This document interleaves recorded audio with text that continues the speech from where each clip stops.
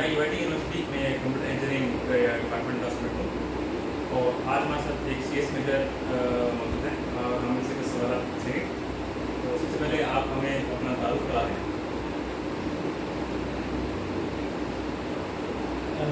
मेरा नाम अहमद है और मैं सीएस मेजर का एक स्टूडेंट हूँ और मैं थर्ड सेमेस्टर।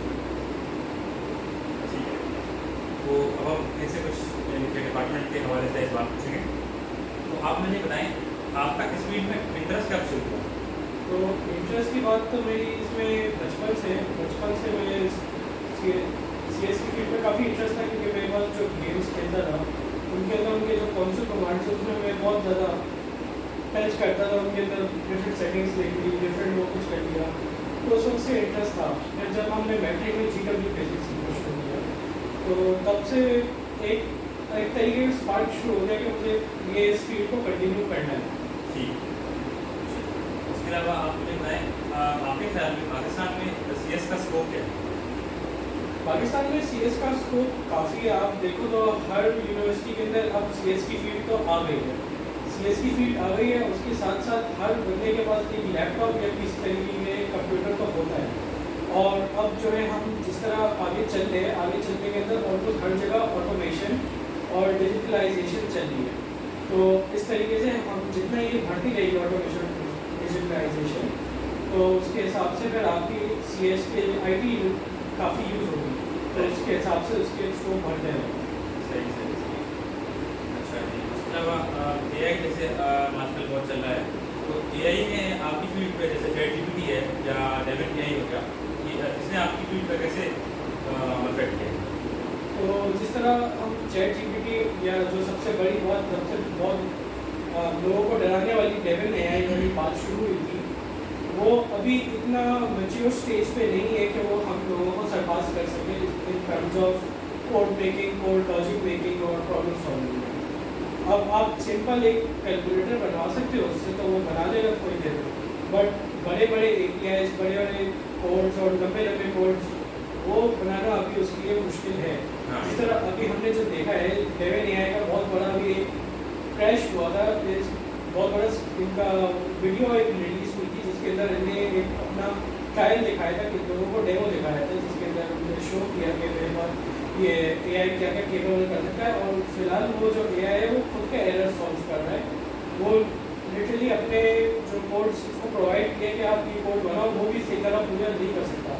तो अभी ये काफ़ी इमेच्योर स्टेज पे है और इसको मैच्योर होने में टाइम लगेगा। तो आई थिंक अभी हमारी फील्ड के अंदर ये इसका फ्यूचर है, मगर अभी नहीं है।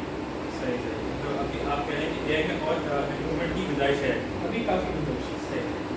अच्छा, आप हमारे जो यंगस्टर्स हैं जो इस फील्ड में आना चाह रहे हैं, उनके लिए आपकी क्या एडवाइस होगी कि वो इस फील्ड में परस्यू करें या ना करें? अगर आपके पास उस तरीके की स्किल्स हैं और उस तरीके की प्रॉब्लम सॉल्विंग स्किल्स हैं, तो आप आई थिंक आपको अगर इंटरेस्ट भी है इसके अंदर, तो आई थिंक डेफिनेटली आपको परस्यू करना चाहिए इस तरीके की फील्ड में।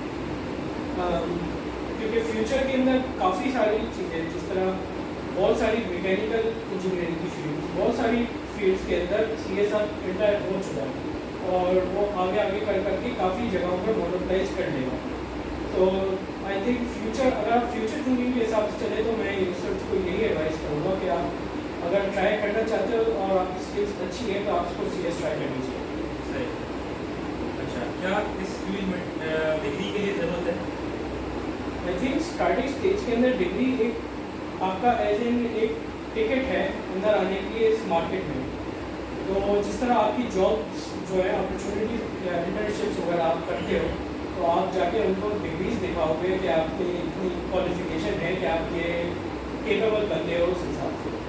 अब थ्रू आउट द ईयर जितना आप स्किल्स सीखते रहोगे, आपका सीवी बढ़ती रहेगी, तो डिग्री एक टर्म में बस एक लाइन रहेगी आपकी सीवी के अंदर। बाकी जो आपकी स्किल्स होगी और जितना आपकी ईयर्स ऑफ एक्सपीरियंस होगा, वो ज़्यादा मैटर करेगा। सही। अच्छा, और इस फील्ड के हवाले से जॉब्स की क्या हालात है? जॉब्स के हालात अभी फ़िलहाल पाकिस्तान के अंदर इतना आई डोंट थिंक कि इतना अभी ग्रोइंग है जितना बाहर ग्रोइंग है, क्योंकि यहाँ पे अभी भी हम काफ़ी ट्रेडिशनल चीज़ों में चल रहे होते हैं। ऑटोमाइजेशन और डिजिटलाइजेशन अभी काफ़ी यहाँ पे पहुँची नहीं है सही तरीके से, मगर अभी भी सॉफ्टवेयर हाउसेस बने हुए हैं जो लोगों को मदद करते हैं, लेकिन जिस तरह मैं अपनी सिस्टर का एग्जाम्पल दूँ तो वो जिस काम में करती है तो उसके अंदर वो मोस्टली बाहर के कंट्री से बाहर के लोगों से डील कर रही है, पाकिस्तान के अंदर इतना डील नहीं कर रही। तो आई थिंक जो अभी आपका स्कोप है वो बाहर ही होगा। ठीक है। अच्छा, आप मुझे इसके अलावा अपने कोई रिसेंट प्रोजेक्ट के बारे में बताएं जो आपने अपनी फील्ड के हवाले से बनाया। मेरा एक रिसेंट प्रोजेक्ट था, मेरे BLD प्रोजेक्ट था। BLD प्रोजेक्ट जो था मेरा, उसके अंदर हमने एक गाड़ी बनाई थी ब्लूटूथ कंट्रोल में, DC कार बनाई थी, और वो DC कार जो है वो कंट्रोलेबल थी आर्डुइनो से। आर्डुइनो का कोड जो है वो काफ़ी सिमिलर है CPU के साथ, और उसको कोड करना क्या कहते हैं इतना मुश्किल नहीं था, क्योंकि वो पहले से आपको लाइब्रेरीज और वो सब प्रोवाइड करते हैं। मगर तभी एक प्रोजेक्ट जो था जिसके अंदर मुझे इंटरेस्ट था किस तरीके से हार्डवेयर और सॉफ्टवेयर मिल रहे हैं एक साथ। इसके अलावा आप मुझे कोई अपनी प्रोग्रामिंग लैंग्वेज बताएं जिसमें आपकी स्ट्रेंथ हो। मेरी अभी फ़िलहाल जितनी मैंने यूनिवर्सिटी में पढ़ा है, मेरी शुरुआत जावा से हुई है, और जावा मैं कह सकता हूँ कि काफ़ी इंटरमीडिएट लेवल की लैंग्वेज है। मतलब पाइथन अगर आप कहें ईजी है तो इंटरमीडिएट के अंदर जावा है, और जावा जो है वो कहते हैं आपके जो डेटा एनालिसिस है, DSA प्रोजेक्ट्स हैं, इन सब के अंदर काफ़ी यूज़ होती है, क्योंकि जावा जो है ज़्यादा एफिशिएंट होती है, ज़्यादा तेज़ होती है। तो इस हिसाब से मैंने अच्छा है कि मैं जावा पढ़ रहा हूँ, और उसकी मेरी स्ट्रेंथ है, क्योंकि आगे इस जावा के अंदर काफ़ी फ्यूचर है। सही। अच्छा, इसके अलावा मेरा एक और सवाल था, आप इस फील्ड से और इसकी मार्केट से अपडेटेड कैसे रहते हैं? देखिए, मार्केट के अंदर अपडेटेड रहना और वो सब आपकी जो सोशल मीडिया बहुत बड़ी फैक्टर होती है इसके अंदर। जो आप व्यू कर रहे हैं वो बेसिकली जो आपका देखने का, जिस तरह अगर आपका कंटेंट सारा का सारा कंप्यूटर साइंस के बारे में ये है, तो आपके पास सजेस्टेड के अंदर भी आपके पास काफ़ी चीज़ें आती हैं इसके बारे में, और आप काफ़ी जितना अपने पीयर्स के साथ, अपने कोवर्कर्स के साथ, क्लासमेट्स के साथ बातचीत करते हैं, तो कनेक्शंस बनती हैं, आप लोगों से समझते हैं कि उनका पॉइंट ऑफ व्यू किस चीज़ में है, और क्या क्या वो कोई नई बात आई है, कोई इंटरेस्टिंग बात आई है जो आपको जाननी चाहिए, जिसमें आपको क्या कहते हैं उसके ऊपर आपको और इंटरेस्ट डालना चाहिए और उसको फोकस करना चाहिए। सही। और अगर आपको फील्ड के किसी प्रोजेक्ट के हवाले से आपको कोई प्रॉब्लम फेस हो तो आप उसको डीबग कैसे करते हैं? ठीक है, डीबगिंग वैसे तो लोग सबसे बहुत बड़ा कह सकते हैं CS वालों की एक बहुत बड़ा खौफ होता है डीबगिंग, क्योंकि कुछ ये हो सकते हैं कि आप छोटा मोटा सिंटैक्स एरर है, और कुछ हो सकते हैं कि बहुत बड़ा आपका कोड को बिल्कुल इम्पैक्ट चेंज करने वाला आपका बग हो सकता है। मगर मेरे ख्याल में जो अभी मैं जिस तरह जितने कम लेवल पे कोड पे काम कर रहा हूँ, मेरे जो कोड्स पे होता है वो VS कोड पे चल जाता है, जो आपका एक फॉर्म ऑफ IDE कंपाइलर है। तो उस कंपाइलर के अंदर जो है आपके रन टाइम एरर्स चल जाते हैं। रन टाइम वो होते हैं जब आप कोड लिख रहे हो तो उस वक्त आपके एरर्स हाईलाइट हो जाते हैं कि आपने यहाँ पे कोई लॉजिकल एरर किया है या फिर आपने कोई सिंटैक्स एरर किया, तो वो आपको बता देता है। तो इन सेंस आपको पता चल जाता है कि आपको यहाँ पे शूट करना है, यहाँ पे देखना है कि यहाँ पे इशू आ रहा है। और सेम इसके साथ की लॉजिकल अगर एरर है जो आपको रन टाइम एरर के अंदर नहीं पता चलता, तो वो ऑब्वियसली आप अपने आउटपुट को देखोगे कि अगर आपका आउटपुट जिस तरीके से अगर मैंने कैलकुलेटर में किया है और मैं जब किसी दो चीज़ को सब्ट्रैक्ट कर रहा हूँ वो प्लस हो रही है, तो अब मुझे पता है कि मुझे सब्ट्रैक्ट के अंदर देखना है कि मैंने जहाँ पे सब्ट्रैक्ट का कोड लिखा है वहीं पे कोई इशू हो कि वो ऐड क्यों कर रहा है जबकि सब्ट्रैक्ट करना चाहिए। अच्छा, और CS की फील्ड में आप अपकमिंग स्टफ में से सबसे ज़्यादा किसके बारे में एक्साइटेड हैं? CS के अंदर जो आपने बात की ChatGPT, Devin AI, काफ़ी इंटरेस्टिंग और काफ़ी आगे जाने वाली एक्साइटिंग बात है। अगर आप सोचें तो इस तरीके से एवर ग्रोइंग AI और जो मशीन लर्निंग है ये बहुत क्या कहते हैं एडवांस चीज़ है, और ये हम अगर केपेबल हो जाए इसको अचीव करने के लिए तो हम बहुत बड़ी चीज़ें कर सकते हैं। सही से। और आखिर में मैं ये पूछ सकूँगा कि आप आज से चंद साल बाद अपने आप को कहाँ देखते हैं?